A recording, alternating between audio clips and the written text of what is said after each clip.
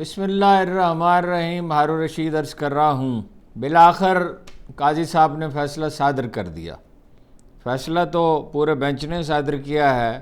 63A کی تشریح کا جو فیصلہ آلریڈی سپریم کورٹ کر چکی تھی، اس کے خلاف اپیل کی گئی تھی اور وہ اپیل منظور کر لی گئی ہے، نظر ثانی کی درخواست. اور فیصلہ تو بعد میں آئے گا، لیکن بہرحال یہ طے ہو گیا کہ فلور کراسنگ کر سکتے ہیں ارکان، اور وہ اپنا اس کے باوجود ان کی یعنی بورڈ جو ہے ان کا شمار کیا جائے گا. یہ خود سپریم کورٹ نے ہی فیصلہ صادر کیا تھا 2022 میں پنجاب کے سابقہ سباق میں، جب یہ وہاں پہ یہی مسئلہ پیدا ہوا تھا، اور جس فیصلے کی روشنی میں پھر جو چیف منسٹر بنے تھے حمزہ شہباز، ان کی وزارت اعلیٰ ختم ہو گئی تھی اور چودھری پرویز الہی وزیر اعلیٰ بن گئے تھے. اب سپریم کورٹ نے یہ فیصلہ کیا ہے صدارتی آرڈیننس کی روشنی میں کہ ارکان اپنی وفاداری اپنا ووٹ دے سکتے ہیں. چنانچہ اب کسی وقت بھی اجلاس ہو سکتا ہے پارلیمنٹ کا، کل بھی ہو سکتا ہے، پرسوں ترسوں کسی وقت بھی ہو سکتا ہے. تفصیلی فیصلہ میں نے آپ سے عرض کیا کہ بعد میں جاری کیا جائے گا. اب یہ بالکل واضح نہیں ہے کہ کیا وہ صرف ووٹ دے سکتے ہیں اور ان کی ممبرشپ برقرار رہے گی یا نہیں رہے گی. فرض کیجیے ان کی ممبرشپ ختم بھی ہوتی ہے تو ظاہر ہے معاملہ ان کے ساتھ طے کیا جائے گا، ضمنی الیکشن میں انہیں جیتایا جائے گا. جس طرح کا الیکشن کمیشن ہے اور جس طرح کے الیکشن ہو رہے ہیں 8 فروری سے آن برڈ، بلکہ 4 سیٹیں تو ویسے ہی ہتھیا لی ان کی پی ٹی آئی کی دورے ٹھپے لگا کر، تو ضمنی الیکشن میں ان کو جتایا جا سکتا ہے، کوئی اور انعام دیا جا سکتا ہے، کسی طرح کا اور فائدہ پہنچایا جا سکتا ہے. اور ظاہر ہے کہ اب وہ آئینی ترمیم آئے گی. مولانا فضل الرحمان نے اپیل کی ہے کہ شنگھائی تعاون کا وہ کانفرنس جو ہے اس کے انعقاد تک ترمیم نہ لائی جائے، اور اپوزیشن بھی جو ہے وہ احتجاج سے مظاہروں سے گریز کرے. لیکن بہرحال اس سے تو نہ پی ٹی آئی متفق ہوگی اور نہ حکومت متفق ہوگی.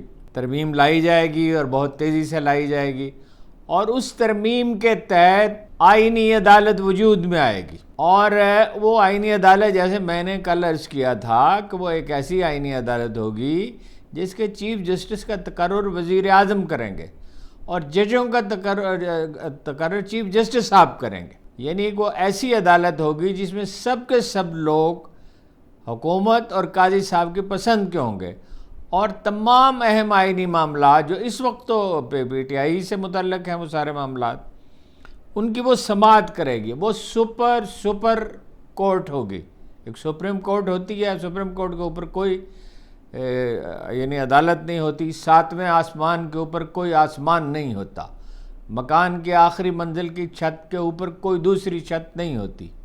لیکن بہرحال وہ جیسے سکھ نے اپنے ملازم سے پوچھا تھا گھوڑے پہ کاٹھی ڈال دو، اس نے کہا ڈال دی ہے، اس نے کہا تھوڑی سی اور ڈال دو. تو یہ یوم سیاہ کے طور پہ بھی یاد رکھا جائے گا، ایک لطیفے کے طور پر بھی یاد رکھا جائے گا. علی ظفر شاہ صاحب ملے اور آ کے بتایا عدالت کو عمران خان سے ملاقات کے بعد کہ انہوں نے اس کے بائیکاٹ کہ مجھے ہدایات جاری کی ہیں. مگر بڑی عجیب بات یہ ہوئی، سن آج بھی نہیں رہے تھے قاضی صاحب ان کو، وہ بات کرنے کی کوشش کر رہے تھے.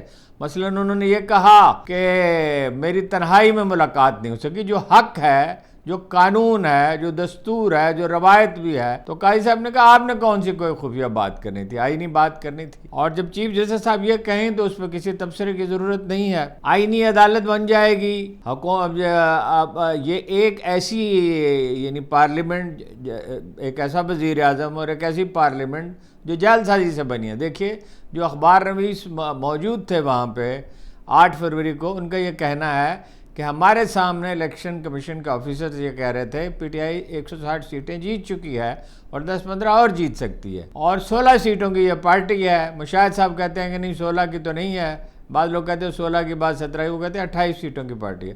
تو 28 سیٹوں کی پارٹی، اور جناب وہ 28 سیٹوں سے ان کی پتہ نہیں کتنی 100 سے زیادہ سیٹیں ہو گئی ہیں، اور کچھ پیپل پارٹی مل گئی اور ایم کیو ایم کو 29 سیٹیں دے دی گئیں، اور یہ ایک ایسی حکومت وجود میں آ گئی۔ یہ پاکستان کی عدالتی تاریخ کا سیاہ ترین دن دو اعتبار سے ہے۔ ایک تو یہ پارلیمنٹ کو بھی بجائے خود کھلونا، پہلے ہی کھلونا تھی، اب بالکل بچوں کا کھلونا ہی بن گئی، اور عدالتی نظام میں جو دم خم باقی تھا وہ بھی ختم ہو گیا۔ ججوں کے پاس یہ موقع تھا، جو اکثریت میں تھے ویسے، کہ وہ چیف جسٹس کو خط لکھتے، فل کورٹ کا مطالبہ کرتے اور انہیں موقع دیتے کہ وہ اپنے موقف کی اصلاح کریں، اور اگر وہ اپنے موقف کی اصلاح نہ کرتے تو انہیں الگ بھی کیا جا سکتا تھا، انہیں آئینی طور پر اس کا اختیار حاصل تھا۔ جیسے سجاد علی شاہ آپ کو یاد ہے، وہ تو حالانکہ زیادتی ہوئی تھی بہت بڑی، اس میں بھی جج انوالو تھے، چیف جسٹس کو چلتا کیا گیا تھا، پھر اس کے بعد صدر فاروق لغاری کو بھی چلتا کیا تھا، 8ویں ترمیم بھی ختم کر دی گئی تھی۔ اس سے پہلے اگر کسی کو یاد ہو کہ ایک ترمیم پیش کی گئی تھی قومی اسمبلی میں جس میں بغاوت ہو گئی تھی خود سرکاری پارٹی میں، کہ وزیر اعظم کو آئین کا کوئی بھی حصہ معطل کرنے کا اختیار ہوگا، اور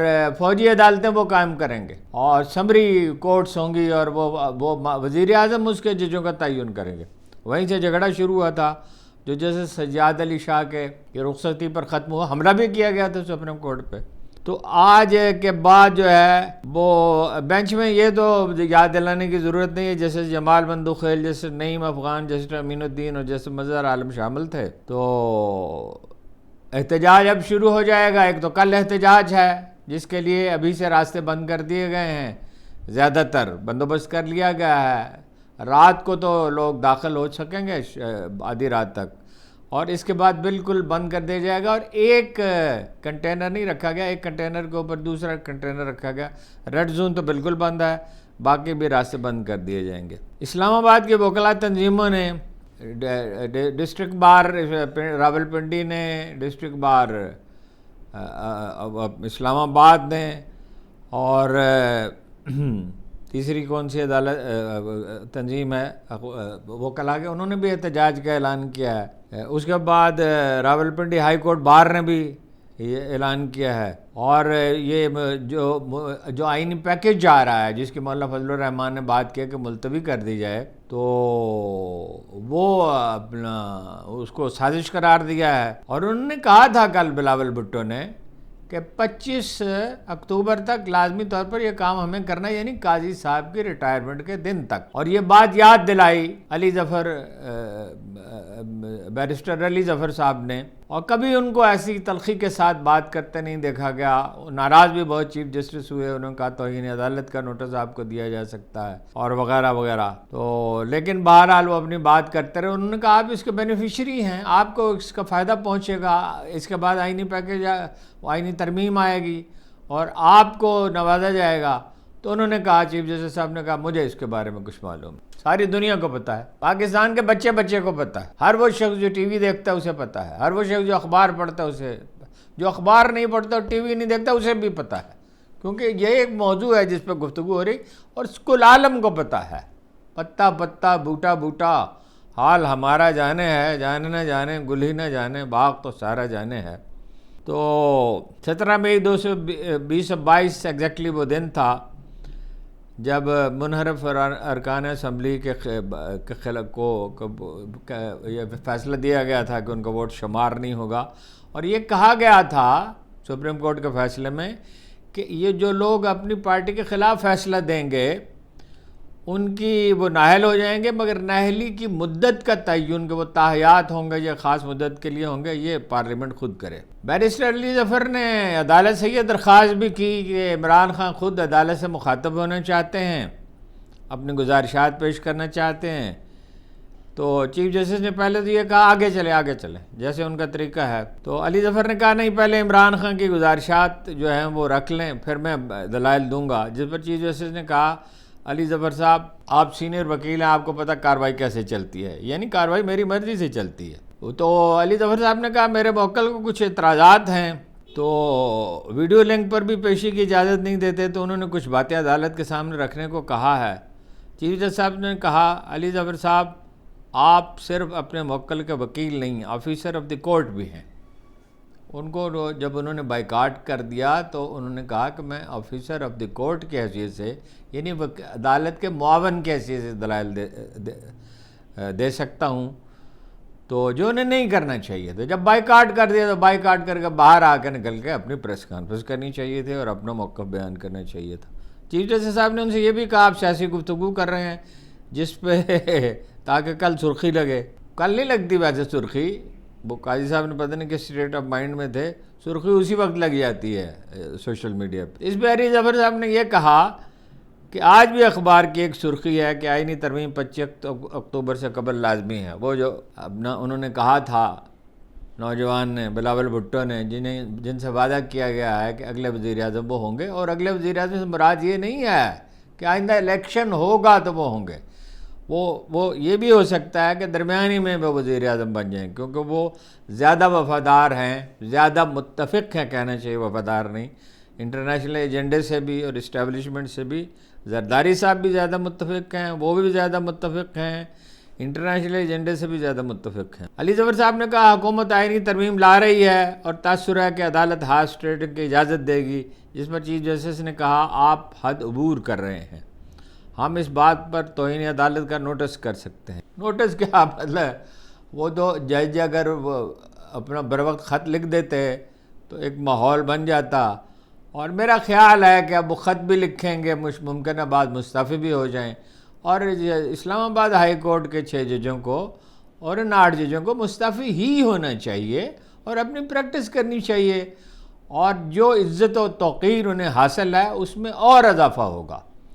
اور رہا رزق کا معاملہ, اول تو یہ یاد دلانے کی ضرورت نہیں ہے کہ قرآن مجید یہ کہتا ہے وَمَا مِن دَابَّةٍ فِي الْأَرْضِ إِلَّا عَلَى اللَّهِ رِزْقُهَا, اور وَتُعِزُّ مَن تَشَاءُ وَتُذِلُّ مَن تَشَاءُ, کہ ہر ذی روح کا رزق ہمارے ذمے ہے, اور عزت جو ہے وہ ذلت اس کے انحصار پروردگار پر ہے. اور ان کی تو ایسی پذیرائی ہوگی اور ایسے ہیروز ہوں گے معاشرے کے کہ جو تاریخ میں امر ہو جائیں شاید. چیف جسٹس صاحب نے یہ کہا ان سے کہ ہم آپ کی عزت کرتے ہیں, آپ ہماری عزت کریں. ہارس ٹریڈنگ کا کہہ کر بہت بھاری بیان دے رہے ہیں. ہارس ٹریڈنگ کیا ہوتی ہے آپ ہمیں بتائیں, آپ کو ہم بتائیں تو آپ کو شرمندگی ہوگی. جیسے جمال بندوخیل نے استوار کیا, آپ کیسے کہہ سکتے ہیں کہ ہم ہارس ٹریڈنگ کی اجازت دے رہے ہیں؟ بھائی اجازت دے رہے ہیں, کیسے کا کیا مطلب ہے؟ جب آپ مطلب یہ ہے کہ ان کو فلور کراس کرنے کی اجازت دے رہے ہیں تو ظاہر ہے ارکان اسمبلی مفت میں تو فلور کراس نہیں کریں گے, اجازت تو دے رہے ہیں.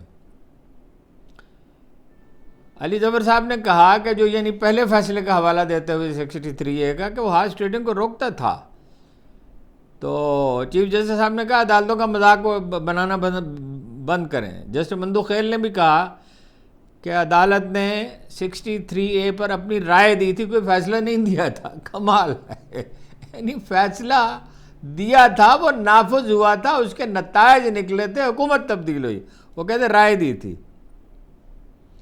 بہرحال انہوں نے سماعت کا بائیکاٹ کر دیا. تو علی ظفر صاحب نے یہ بھی کہا کہ اگر آپ یہ اپیل جو ہے وہ منظور کرتے ہیں تو یہ مفادات کا ٹکراؤ ہوگا. یہ مفادات کا ٹکراؤ ایک پیچیدہ اصطلاح ہے, مطلب یہ کہ آپ کے اپنے ذاتی مفاد کے لیے ہوگا. جج صاحب نے کہا جو کچھ آپ بول رہے ہیں اس کو نہ سنیں گے نہ ہی ریکارڈ کا حصہ بنائیں گے.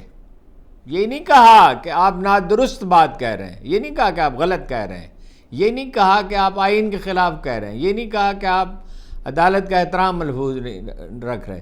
کہا کہ ہم اس کو سنیں گے ہی نہیں اور ریکارڈ کا حصہ بھی نہیں بنائیں گے.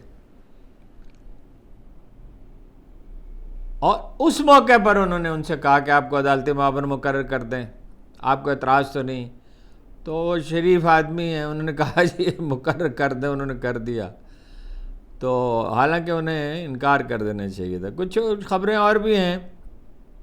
اڈیالہ جیل کے لاپتہ ڈپٹی سپرنٹینڈنٹ محمد اکرم اور اسسٹنٹ سپرنٹینڈنٹ ریاض خان جو ہیں وہ ان کو نوکری سے برطرف کر دیا گیا ہے, اور نوٹیفیکیشن بھی جاری کر دیا ہے سیکرٹری داخلہ نور الامین مینگل نے. نور الامین مینگل صاحب کبھی کبھی بڑے تنتنے کے ساتھ کہا کرتے تھے میں سیکرٹری بھی ہوں, قبائلی بھی ہوں اور فلاں بھی ہوں, بہت سی اپنی خوبیاں گنوایا کرتے تھے. مگر پتہ یہی چلتا ہے جب آدمی پہ ذمہ داری پڑتی ہے تو وہ اس وقت کیا رویہ اختیار کرتا ہے. جب اونٹ پہاڑ کے نیچے آتا ہے تو پھر کیا ہوتا ہے. اور ان کو ایک قتل سے متعلق مقدمہ تھا، کوئی آدمی قتل ہو گیا تھا، یعنی ان لوگ کا براہ راست کوئی تعلق نہیں تھا، یعنی ان پہ غفلت کا یعنی الزام لگا کر ان کو یعنی برطرف کر دیا گیا ہے۔ اصل مسئلہ یہ ہے کہ ان پہ اس شبے کا اظہار کیا گیا تھا کہ عمران خان کی مدد کرنے کا، مدد اس کی کیا کر سکتے ہیں یہ، یعنی اس کے ساتھ ہنس کر بات کرتے ہوں گے اور اس کے ساتھ نرم رویہ ہوگا، اور ظاہر ہے اس کے ساتھ نرم رویہ کی اجازت ہی نہیں، بات کرنے کی اجازت نہیں ہے۔ تو اب یہ تازہ اطلاع یہ آئی ہے کہ آل پاکستان وکلاء کنونشن کرانے کا فیصلہ کیا گیا ہے۔ یہ جیسے میں دیکھ رہا ہوں اپنے ٹیلی فون کو تو اس میں اطلاعات مسلسل آ رہی ہیں۔ مولانا فضل الرحمان نے کہا ہم کسی صورت انہوں نے کہا آئینی ترمیم کا ساتھ نہیں دے سکتے۔ انہوں نے شنگھائی تعاون تنظیم کے اختتام تک میں نے عرض کیا کہ اپوزیشن کو احتجاج مؤخر کرنے کی درخواست کی اور ان سے کہا کہ ترمیم نہ لائیں، اور یہ اس پہ زور دیتے رہے وہ کہ ترمیم کا بل اس قابل نہیں کہ اس کی حمایت کی جائے۔ اور سلیمان اکرم راجہ کا تبصرہ یہ ہے کہ سپریم کورٹ نے اجازت دے دی ہے کہ جاؤ ارکان پارلیمنٹ کو اغوا کرو، ان کی بہنوں بیٹیوں بیویوں کا اغوا کرو اور آئینی ترمیم کرو۔ اسلام آباد high court bar, Islam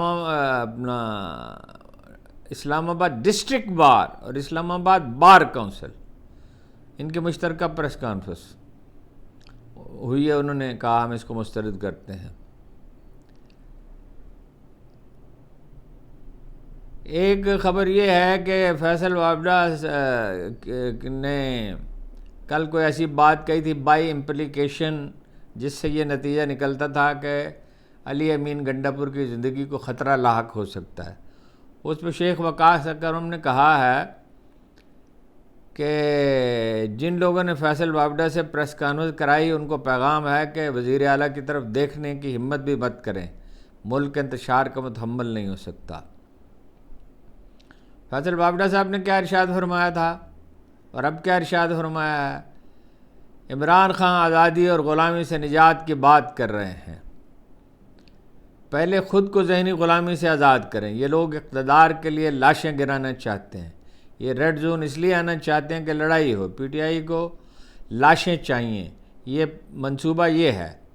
P T I غریب پاکستانیوں کے بچوں کی زندگیوں سے نہ کھیلے، اور عمران خان سب سے پہلے اپنے بچوں کو پاکستان بلائیں۔ بچوں کو پاکستان کس لیے بلائیں؟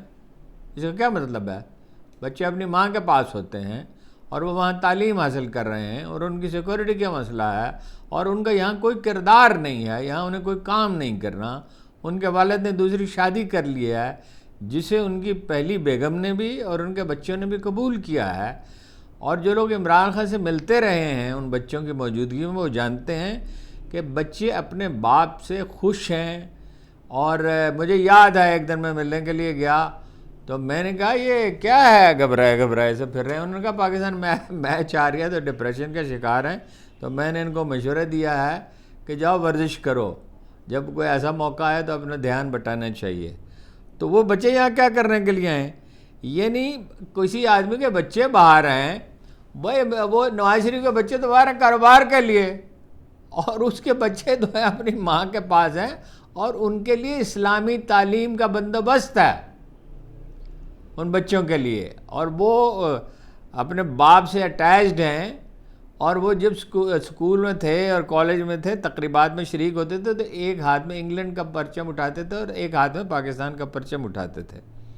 انہیں اپنے والد سے بھی دلچسپی ہے، پاکستان سے بھی دلچسپی ہے، اور وہ جو اب امکان ہے بہت اس کے منتخب ہونے کا، اگر اجازت دے دی، یعنی کوئی قاعدہ حائل نہ ہوا آکسفورڈ یونیورسٹی کا، اس کے لیے وہ مہم بھی چلاتے رہتے ہیں۔ تو لگتا یہ ہے کہ حکومت گھبرائی ہوئی ہے،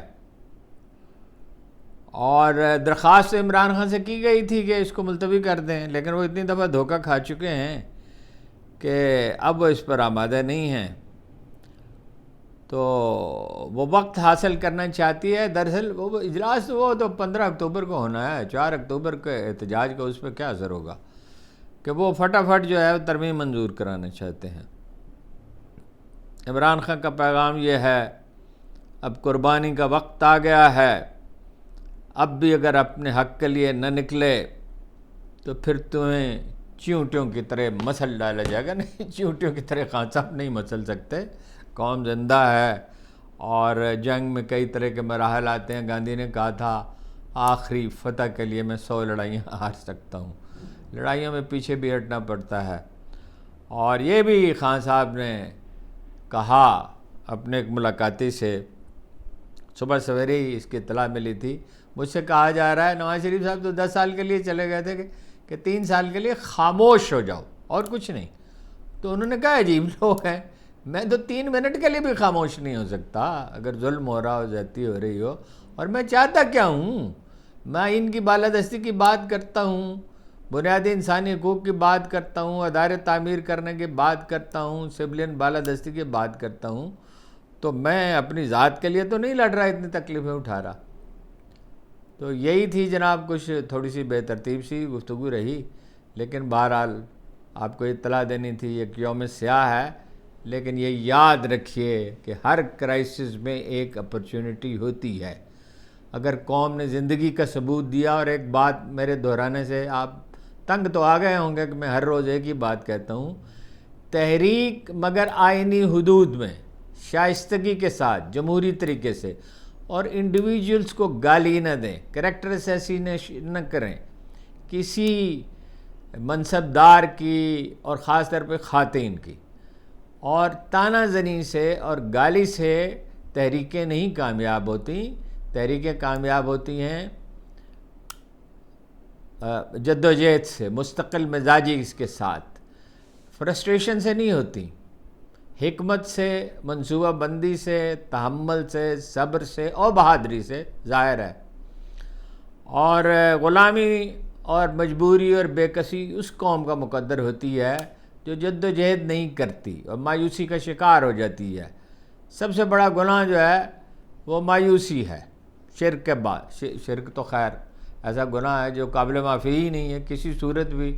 قرآن مجید کہتا ہے کہ دنیا بھر کی دولت اور اس سے بھی زیادہ وہ دیں گے تو کوئی قبول نہیں کی جائے گی، اور کوئی معذرت بھی قبول نہیں کی جائے. شرک کے مایوس آدمی جو ہے وہ کچھ بھی نہیں کر سکتا، اور نہ مایوس قوم کوئی کر سکتی ہے، اور نہ وہ لشکر وہ کر سکتا ہے. وہ عمران خان کا واقعہ سنایا کرتے تھے کہ جب وہ کاؤنٹی کرکٹ کھیلتے تھے تو وہ کہا کرتے تھے کہ یہ جو ذاتی گپ شپ ہوتی تھی اس کی بات کر رہا ہوں، کہ وہ کپتان اپنی ٹیم کو موٹیویٹ کرنے کے لیے کہہ رہا ہوتا تھا دونوں بازو پر اٹھا کے کہ ڈٹے رہو، ڈٹ کر کھیلنا اور ہمت نہ ہارنا. لیکن اس کے اپنے لہجے میں مایوسی جھلک رہی ہوتی تھی، اور اسی وقت پتہ چل جاتا تھا کہ یہ ہار جائیں گے، کپتان کی اپنی ہمت ٹوٹ چکی ہے. تو اگر قوم میں ہمت برقرار رہتی ہے. آج ایک صاحب، بات لمبی ہوتی جا رہی ہے، میرے پرانے دوست ہیں، کئی سال پہلے آئی جی کے طور پہ ریٹائر ہوئے. انہوں نے کہا آپ جو امید آپ لوگ جگا رہے ہیں اس کو کوئی فائدہ تو نہیں. میں نے ان سے کہا کہ یہ کوئی مکان تو نہیں بن رہا. آئی جی صاحب بڑے پڑھے لکھے آدمی ہیں، مکان نہیں بن رہا کہ اب 1 فٹ بن گیا، 2 فٹ بن گیا، 10 فٹ بن گیا، اب چھت ڈالی جا رہی ہے، اب دوسری منزل کی تیاری کی جا رہی ہے. یہ تو امید برقرار رکھنا اور راستہ تلاش کرنا ہے کسی جنگل میں یا صحرا میں، اور اس کے لیے امید برقرار ہی ہو تو منزل حاصل ہوتی ہے. اور اگر ہم 10% بھی 20% بھی امید جگائے رکھتے ہیں تو وہ پھر امید بڑھتی رہتی ہے، مایوسی بھی بڑھتی رہتی ہے. امید بھی ایک چھوت کی طرح ہے جو ایک چراغ سے دوسرا چراغ جلتا ہے، ایک چراغ اور چراغ اور چراغ. اور مایوسی بھی ایسی چیز ہے، ایک آدمی مایوس ہوتا ہے، دوسرے کو کرتا ہے، تیسرے کو کرتا ہے، چوتھے کو کرتا ہے. خدا کی بارگاہ میں امید ہی کا چراغ جلتا ہے، اور انکسار کا چراغ جلتا ہے، اور سب سے بڑھ کر خلوص کا چراغ جلتا ہے. یعنی اپنی ذات کے لیے نہیں بلکہ اعلیٰ مقصد کے لیے، ملک و ملت کے لیے، انسانیت کے لیے، اور اللہ کے سامنے جواب دہی کے نقطہ نظر سے امید کا دیا کہ مشعل فروزاں رکھی جائے اور جد و جہد جاری رکھی جائے. آپ کا بہت بہت شکریہ.